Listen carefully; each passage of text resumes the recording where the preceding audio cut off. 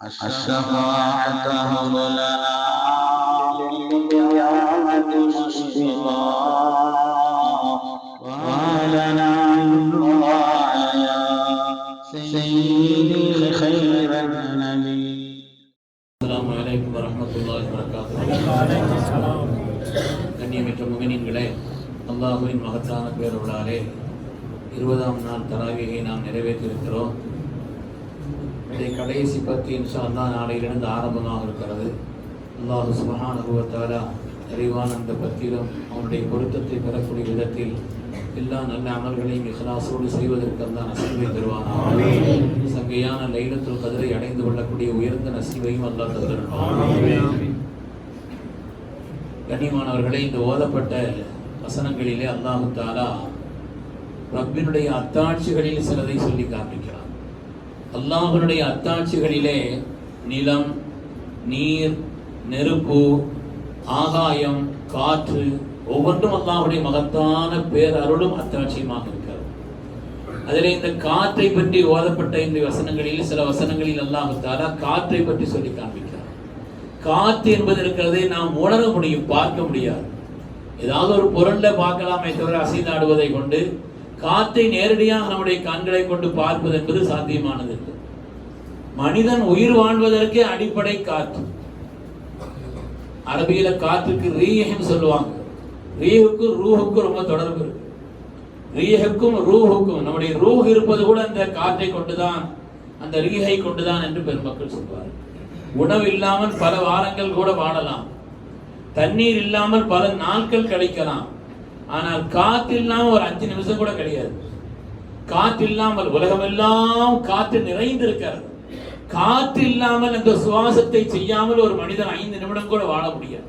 அது விலை கொடுத்து வாங்குற மாதிரி வச்சிருந்துச்சுன்னா என்ன ஆகும்?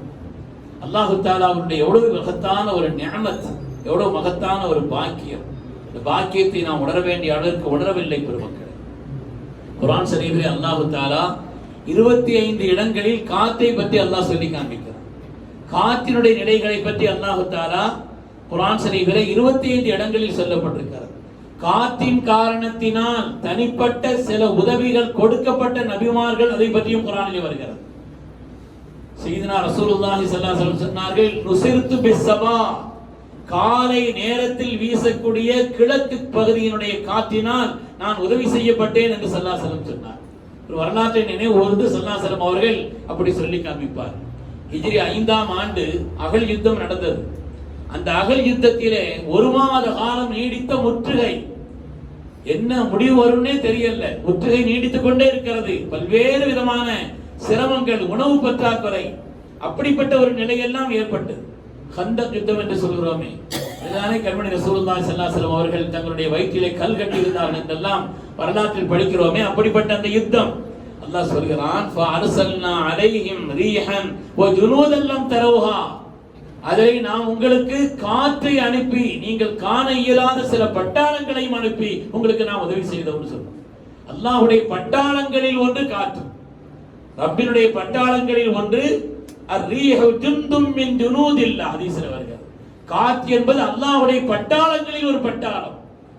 எல்லாரும் பூனைப்படை, யானைப்படை, அந்த காலாட்படை என்னமோ வச்சிருப்பாங்க. ஆனா காற்று அல்லாஹ்வுடைய பட்டாளம் அல்லாஹ் தஆலா சொல்கிறான்.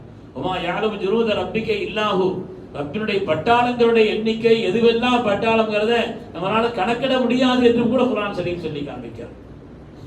யாக்கூப் அலைஹிஸ்ஸலாத்து வஸ்ஸலாம் அவர்களுக்கு அல்லாஹ் தஆலா காற்றை கொண்டு உதவி செய்ததை குர்ஆன் ஷரீஃப் சொல்லி காண்பிக்கும். சய்யிதுனா யூசுப் அலைஹிஸ்ஸலாத்து வஸ்ஸலாம் இடத்திலிருந்து அவருடைய சட்டையை வாங்கிக் கொண்டு சகோதரர்கள் புறப்படுகிறார்கள். கிட்டத்தட்ட 8 நாட்கள் பயணம். அவர்கள் எகிப்திலிருந்து இங்கே வருவதற்கு 8 நாட்கள் பயணம். ஆனால் பயணம் புறப்பட்ட அந்த நேரத்திலேயே சய்யிதுனா யாக்கூப் அலைஹிஸ்ஸலாம் சொன்னார்கள், இன்னி லாஜிது ரீஹ யூசுப், அதாவது யூசுப் அலைஹிஸ்ஸலாமுடைய அந்த வாசனையை நான் நுகர்கிறேன். காற்று கொண்டு சேர்த்தது என்று பெருமக்கள் சொல்வார். காற்றினால் உதவி செய்யப்பட்ட பெருமக்கள். காற்றுங்கிறது திண்டலாகவும் இருக்கும், புயலாகவும் மாறும். ஒரு முர்சலாத்தி உருஃபன் வல் ஆசிபாத்தி அஸ்ஃபா, குர்ஆன் சொல்லும். ஒரு முர்சலாத்தி உருஃபன், அல்லாஹ் தஆலா தென்றலாகவும் ஆக்கி வைப்பான், புயலாகவும் ஆக்கி வைப்பான். காற்று என்பது ரப்பினுடைய பட்டாளங்களில் உள்ளது. தபூக்கினுடைய யுத்தத்தின் பொழுது கண்மணி ரசூலுல்லாஹி ஸல்லல்லாஹு அலைஹி வஸல்லம் சொன்னாங்க, இன்னைக்கு ராத்திரி ஒரு காற்று வீச இருக்குது, யாரும் வெளியில போயிடாதீங்கன்னு சொன்னாங்க. இன்னைக்கு ராத்திரி ஒரு காற்று வீச இருக்கிறது, யாரும் போயிடாதீங்க என்று சொல்லி காண்பித்தார். ஆனாலும் ஒரு ஆள் என்னதான் நடக்குதுன்னு பார்க்க வந்தார். என்னதான் நடக்குது, அப்படி நிறைய பேர் துணியால இருக்காங்க. என்னதான் நடக்குதுன்னு பார்க்கறதுக்காக வந்தார். வெளியில வந்த உடனே காத்து அவரை தூக்கி கொண்டு போய் தை என்ற மலையினுடைய உச்சியிலே அவரை தூக்கி போட்டது. விழுந்து அங்கே இறந்துட்டார். விழுந்து அங்கே இறந்தார் என்று வருகிறது. எரியப்பட்டு அவர் இறந்து போனார் என்று வருகிறது. அருமையானவர்களே, காற்று என்பது அது அல்லாஹ்வுடைய நியமத்தாகவும் இருக்கும், நிக்மத்தாகவும் மாறும். அது அல்லாஹ்வுடைய அருளாகவும் இருக்கும், அது அதாபாகவும் மாறும். அதனால காற்று என்பது அல்லாஹ்வுடைய பட்டாளங்களில் ஒன்று. காற்றினால் உள்ள பயன்பாடு சாதாரணமானதல்ல. பயனிலே பெரிய பயன் நம்முடைய ஹயாத்து தான். காற்று இல்லைன்னா நம்முடைய ஹயாத்தே இல்லை, வாழ்நாளே இல்லை. அது மாதிரி மழை பெய்யதும் காற்றை கொண்டுதான் குர்ஆன் சொல்கிறது. ஓஹுவல்லதி யுர்சிலிர் ரியாஹ புஷ்ரம் பைன யதை ரஹ்மதி ஹத்தா இதா அகல்ல ஸஹாபன் ஃபிகாரன் சுக்னாஹு ஹத்தா இதா அகல்ல ஸஹாபன் ஃபிகாரன் ஃபசுக்னாஹு லிபலதின் மையித். நாம் அதற்கு பிறகு காய்ந்து போன பூமியிலே அந்த காற்றினுடைய நிலைகளை கொண்டு மலை மேகங்களை ஒன்று சேர்த்து நாம் அதற்கு பிறகு மழை பெய்ய வைக்கிறோம் என்று அல்லாஹ் சொல்றார். மழை பெய்வதற்கும் காரணம் காற்று என்று குர்ஆன் ஷரீஃப் சொல்லி காண்பிக்கிறார். கடல்கள் கப்பல்ல போகணுமானா காற்று இருந்தா தான் போக முடியும். காற்று இருந்தாதான் அல்லாஹ் சொல்றார். காற்று மாத்திரம் இல்லாம அல்லாஹ் சுக்கூனாக்கி வச்சுட்டான் வைங்க.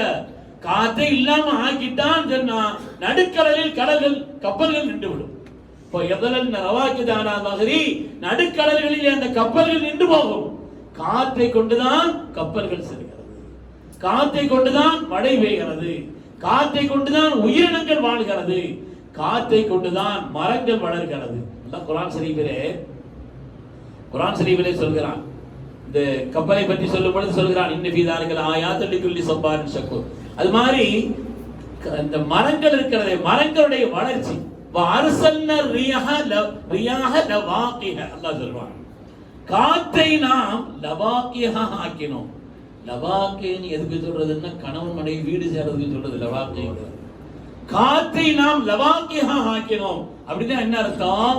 மரங்கள் ஒன்றோடு ஒன்று உரசுவது இருக்கிறது அல்லவா? உரசுவது என்பது அவைகளுடைய வளர்ச்சிக்கும் அவைகளுடைய கனிகள் தருவதற்கும் அதற்குண்டான மேன்மைக்கும் அதுதான் காரணம். அவைகளுடைய வளர்ச்சி, உலகத்தில் உற்பத்தி, அதனுடைய மேன்மைகளுக்கெல்லாம் காற்று எல்லாம் காரணமாக வைத்திருக்கிறான். காற்றின் காரணத்தினால்தான் மரங்கள் வளர்கிறது. அது மாதிரி அல்லாஹ் தஆலா சுலைமான் அலைஹிஸ்ஸலாமுக்கு காற்றை வசப்படுத்தி கொடுத்திருந்தான். வசக்கர்னா லஹு ரிஹ தஜ்ரி பி அம்ரிஹி. அவங்க சொன்னா காற்று அப்படியே கட்டுப்படும். பெரிய பலகை ஜின்களை வச்சு செய்திருந்தாங்களாம்.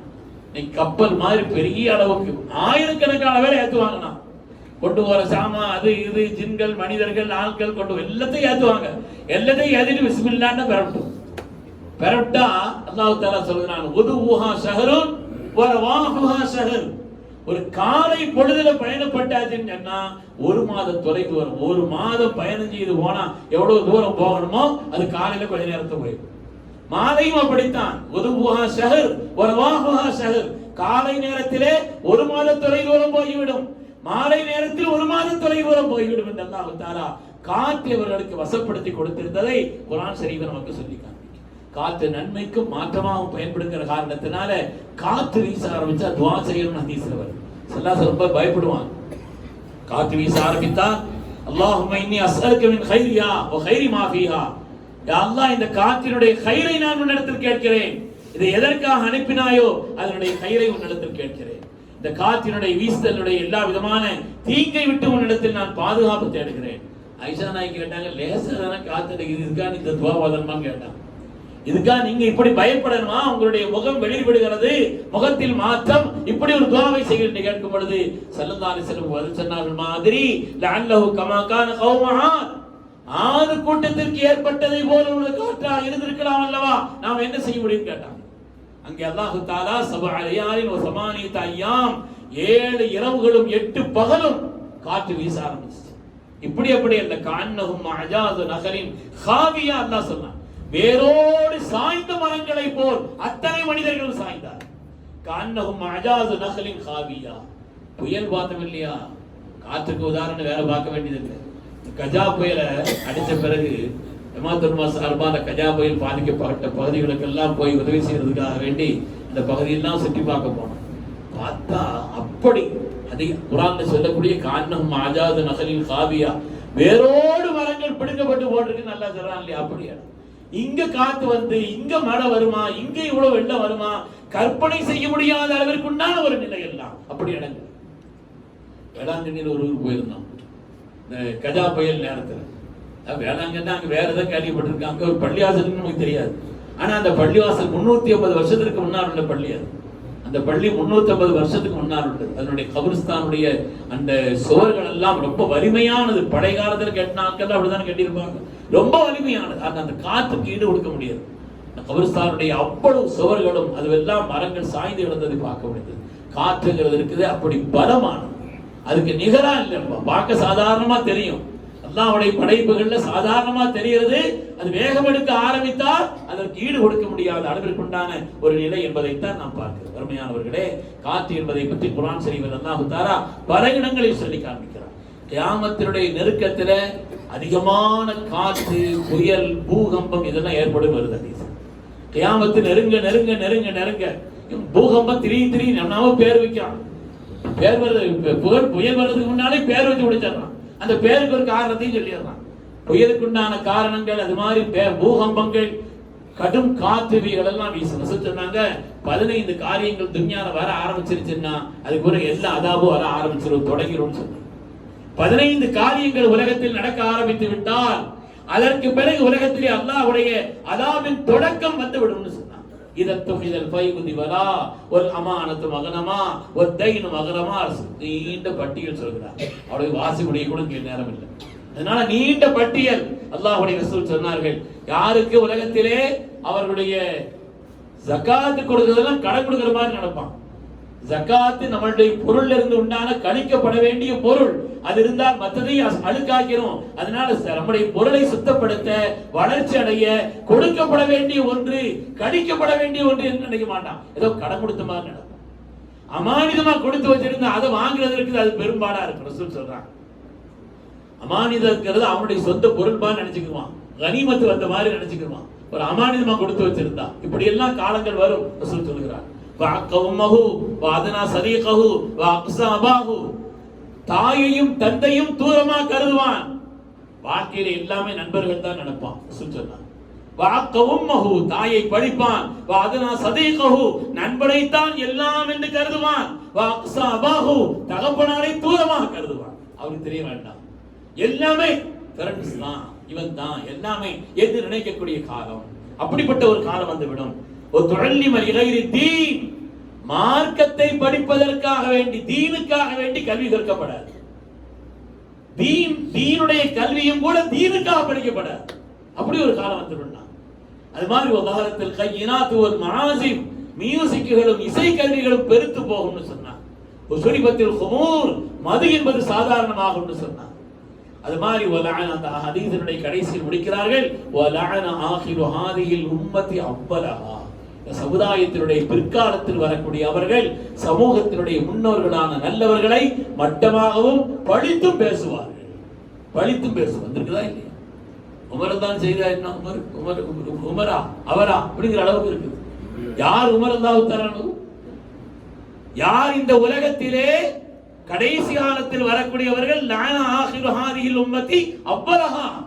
சமுதாயத்தினுடைய பிற்காலத்தில் வரக்கூடிய மக்கள் தீனுக்காக தங்களை அர்ப்பணித்த, ஈமானுடைய வலிமையான தீனை கட்டிக்காத்த முன்னோர்களை எல்லாம் பழித்தும் இழித்தும் பேச ஆரம்பித்து விட்டால் அதுக்கு பிறகு துன்யால காற்றும் பூகம்பமும் புயலும் எல்லாம் வர ஆரம்பிச்சிடும். அதனுடைய அதாபுகளுடைய தொடங்கல். காற்றுங்கிறது அல்லாஹ்வுடைய மகத்தான நிஅமத். அதை கொண்டு ஏராளமான பயன்பாடுகள் இருக்கிறது. காற்று முஃமின்களுக்கு ஒரு சோபனம், அது அல்லாஹ்வை நிராகரிப்பவர்களுக்கு பெரிய அதாப் என்று நமக்கு எச்சரிக்கப்பட்டிருக்கிறது. அல்லாஹ் தஆலா அதை எல்லா நிலையிலும் பயனுள்ளதாக ஆக்கிட முடியும். சாலிஹீன்களுக்கும் அருளாளர்களுக்கும் காற்றை கொண்டு அல்லாஹ் தஆலா எப்படிப்பட்ட நல் உதவியை செய்தான், அது மாதிரி நல் உதவியை அல்லாஹ் தஆலா நமக்கும் ஏற்படுத்தி தந்தருள்வானாக. ஆமீன் ஆமீன் யா ரப்பல் ஆலமீன். வ ஆகிரு தஅவானா அல்ஹம்துலில்லாஹி.